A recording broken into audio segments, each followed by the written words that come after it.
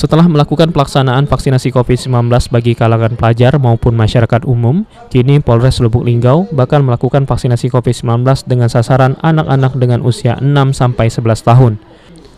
Wakil Satgas Penanganan COVID Lubuk Linggau yang juga Kapolres Lubuk Linggau AKBP Nuryono mengatakan, untuk vaksinasi anak-anak usia 6 hingga 11 tahun saat ini masih menunggu petunjuk teknis atau juknis dari pemerintah pusat.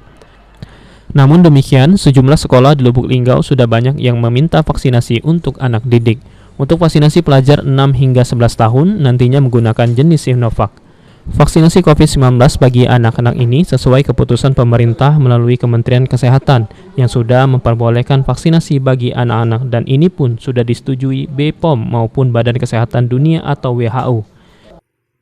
Nanti apabila sudah siap, tentunya segera kita akan lakukan penyuntikan untuk anak-anak kita yang usia 5-11 tahun. Itu jenis vaksin apa ini? Sinovac.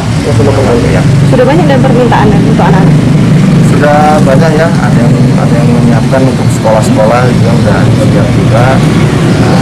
Karena memang usaha untuk mencegah daripada COVID-19 selain menggunakan masker, ya, yang kedua adalah harus vaksin.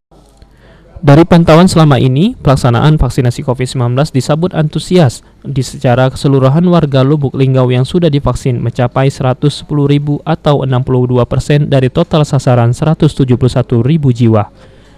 Tri Hajaria, PAL TV.